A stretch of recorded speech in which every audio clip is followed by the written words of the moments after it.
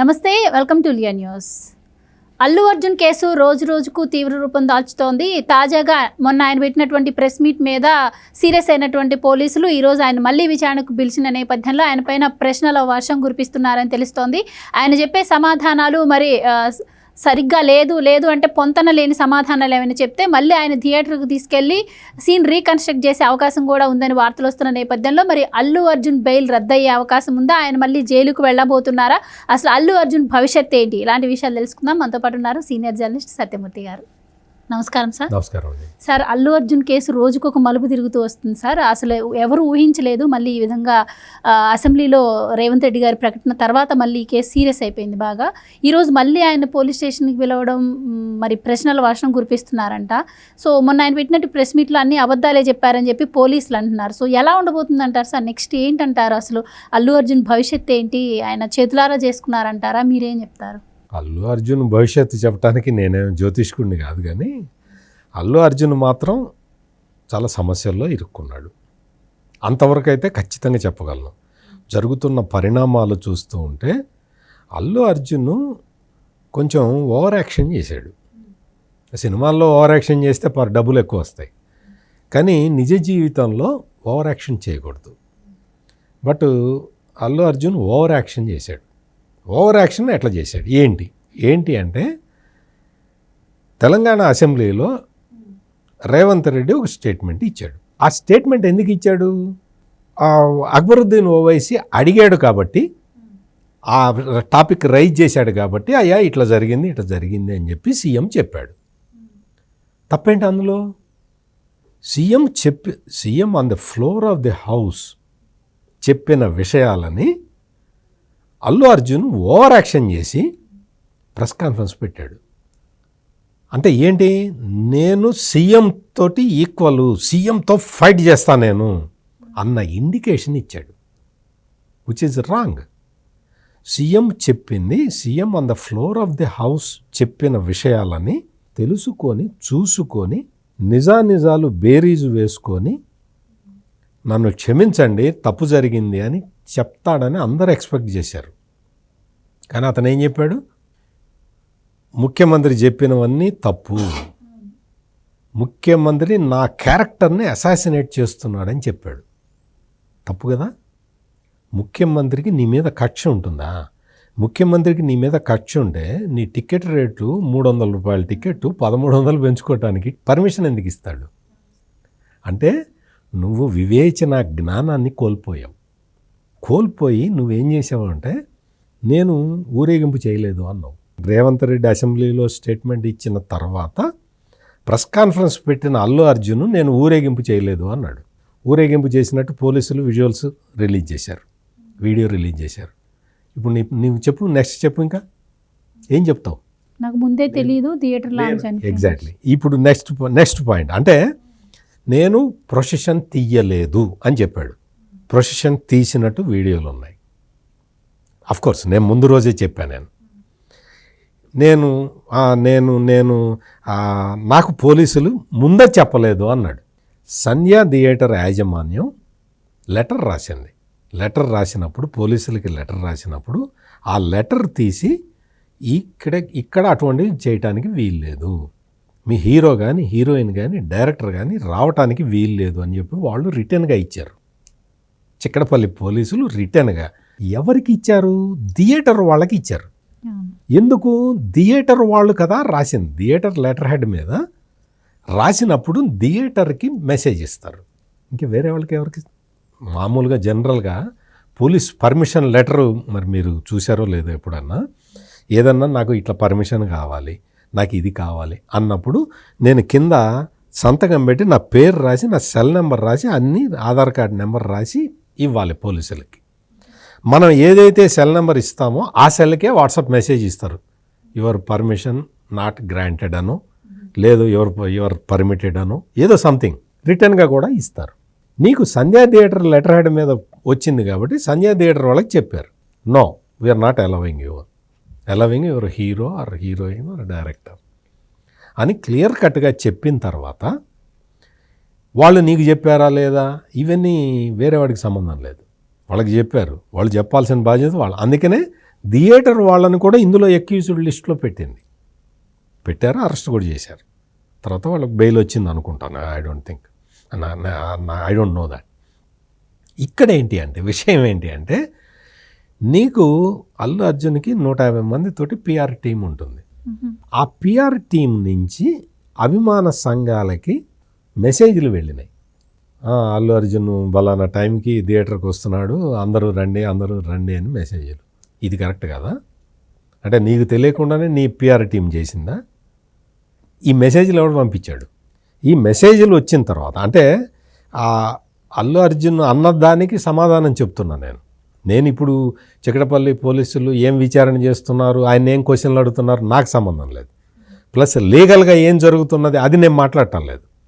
ఇక్కడ Allu Arjun press conference పెట్టాడు ముఖ్యమంత్రికి సమాధానం ఇవ్వటానికి. అంటే ఒక పిక్చర్ ఎటదీస్తున్నాడంటే ముఖ్యమంత్రి నా మీద కక్ష సాధిస్తున్నాడు అన్నట్టుగా పిక్చర్ ఇస్తున్నాడు, విచ్ ఈజ్ రాంగ్. నేను ఆ పాయింటే చెప్తున్నా. నేను లీగల్ ప్రొసీడింగ్స్ ఏంటి, పోలీసులు ఇంకా ముందరికి ఎట్లా పోతారు అనేది మనకు సంబంధం లేదు. వాళ్ళు ఎటు చూసుకుంటారు. పోలీసులు కూడా ఒక వీడియో క్లిప్ మొత్తం రిలీజ్ చేశారు, దాదాపు ఒక అరగంట సేపు డ్యూరేషన్ ఉంది. అది పోలీసులు వచ్చి నాకు చెప్పలేదు అన్నాడు. ఆ తర్వాత ఇన్సిడెంట్ జరిగిన తర్వాత ఖచ్చితంగా పోలీసులు వెళ్ళి చెప్పారు. ఈ విషయాన్ని కూడా నేను రేవంత్ రెడ్డి చెప్పక ముందరే చెప్పాను నేను. ఎందుకంటే నేను as a journalist I got clue from there, I got information from there. ఇవన్నీ జరిగిన తర్వాత ఒక స్క్రిప్ట్ రాసుకొని ఆ అడ్వకేట్ ఎవరో ఇచ్చాడు, మా అడ్వకేట్ ఏం చెప్పమంటే అదే చెప్తున్నానని కూడా చెప్పాడు. అడ్వకేటు ఏమి రాసిస్తే అది చదువుతా. అంటే ఏంటి, నువ్వు లోపల జరిగింది ఒకటి, నువ్వు చెబుతున్నది ఒకటి. సింపుల్, మామూలుగా చెప్తున్నా నేను. నిజంగా లోపల జరిగింది నువ్వు బయటికి వచ్చి చెబితే నీకు పేపర్ ఎందుకు?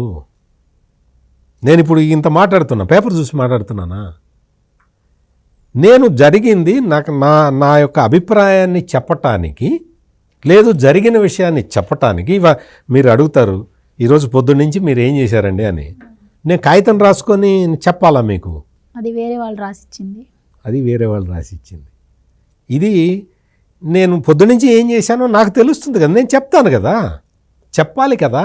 అట్లా ఆ రోజు జరిగింది. పోనీ ఇది ఒక 10 సంవత్సరాల కింద జరిగింది అయితే నువ్వు మర్చిపోయి ఉండొచ్చు. అందుకని అల్లు అర్జున్ వచ్చేసి మొత్తం పోలీసులతోటి కన్ఫ్రంటేషన్, ముఖ్యమంత్రితోటి కన్ఫ్రంటేషన్.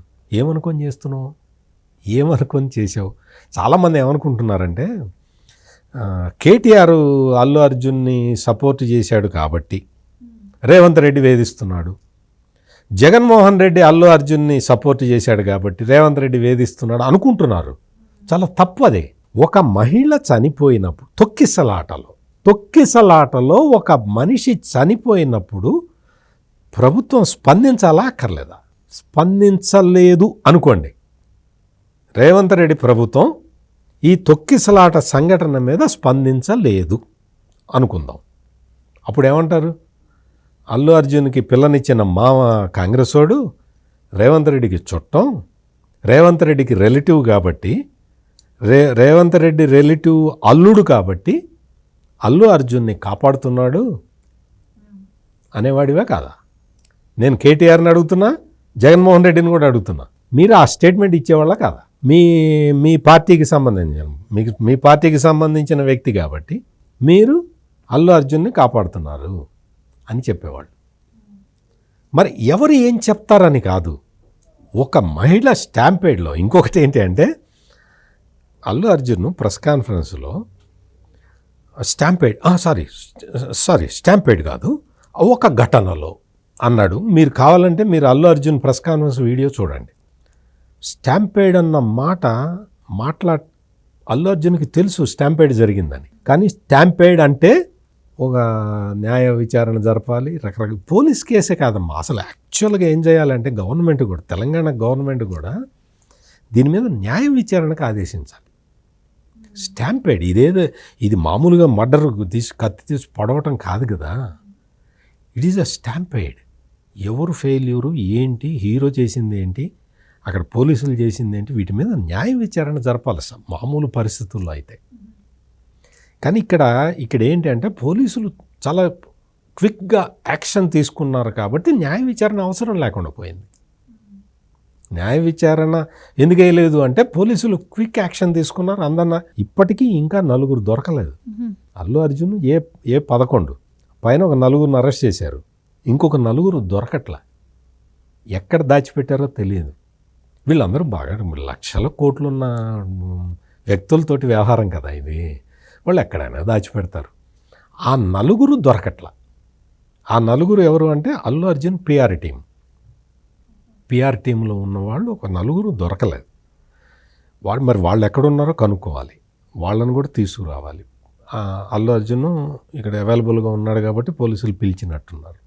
ఇవన్నీ ఎందుకు చెప్తున్నానంటే ఇటువంటి విషయాలలో అల్లు అర్జున్ యొక్క ఈ యాటిట్యూడ్ అంటే అతని అహంభావం, అతని ప్రవర్తన, అతను పోలీసుల్ని ఛాలెంజ్ చేస్తున్న విధానం, అతను తెలంగాణ ముఖ్యమంత్రిని సవాల్ చేస్తున్న విధానం, తను చేసిన తప్పుని కప్పిపుచ్చుకోవటానికి అబద్ధాలు చెబుతున్న విధానం, ఈ విధానాలు ఇవి మార్చుకోకపోతే అల్లు అర్జున్ చాలా దెబ్బతింటాడు, అందులో డౌటే లేదు. ఇంకోటి ఏంటంటే తెలుగు సినిమా ఖ్యాతిని నేను అంతర్జాతీయంగా తీసుకెళ్తున్నాను అంటాడు. నువ్వెవరికి తీసుకెళ్ళటానికి? నువ్వు చేసిన స్మగ్లర్ సినిమాతోటి తెలుగు సినిమాకి అంతర్జాతీయ ఖ్యాతి వస్తుందా? నువ్వు అంత పెద్ద పెద్ద మాటలు మాట్లాడకూడదు అల్లు అర్జున్. నేర్చుకో, ఎట్లా మాట్లాడాలో నేర్చుకో. తెలుగు సినిమా స్థాయిని అంతర్జాతీయ స్థాయికి నేను తీసుకెళ్తూ ఉంటే వీళ్ళు అడ్డుపడుతున్నారని చెప్తున్నాడు. తప్పు బాబు, అట్లా మాట్లాడకూడదమ్మా. నువ్వు ఎట్లా మాట్లాడాలి? నువ్వు కేసులో జరిగింది ఏంటో చెప్పాలి, అంతవరకే. నువ్వు తెలుగు సినిమా స్థాయిని పెంచే అంత స్థాయి నీకు లేదు. నీ మీద ఆధారపడే తెలుగు సినిమా ఉండదు. చాలామంది హీరోలు ఉన్నారు, చాలామంది హీరోలు ఉండేవారు, చాలామంది హీరోలు వస్తారు. అందుకని తెలుగు సినిమా స్థాయిని నేను పెంచుతుంటే వీళ్ళందరూ తప్పు నాయన. అటువంటి మాటలు మాట్లాడకూడదు. అటువంటివి నీ అహంకారాన్ని తెలియజేస్తాయి తప్ప అది ఈ కేసుకి సంబంధించిన వ్యవహారం కాదు, నీ క్యారెక్టర్కి సంబంధించిన వ్యవహారం. అందుకని నీ క్యారెక్టర్ని జాగ్రత్తగా కాపాడుకో. ఫస్ట్ 25 లక్షలు డిక్లేర్ చేసావు కదా, ఆ 25 లక్షలు ఇచ్చారా లేదా ఫస్ట్ కనుక్కొని చెప్పు. నువ్వు ఒకసారి ఎవరికి చెప్తున్నాను? అల్లు అర్జున్కి చెప్తున్నా. నువ్వు 25 లక్షలు అనౌన్స్ చేసావు కదా, ఆ 25 లక్షలు ఇచ్చావా? నువ్వు అనౌన్స్ చేసావు, నీ టీం వెళ్ళి ఇచ్చిందా లేదా? ఫస్ట్ అది కనుక్కొని చెప్పు. థ్యాంక్ యూ సో మచ్ అండి. నమస్కారం. Please subscribe to Leo news for more videos.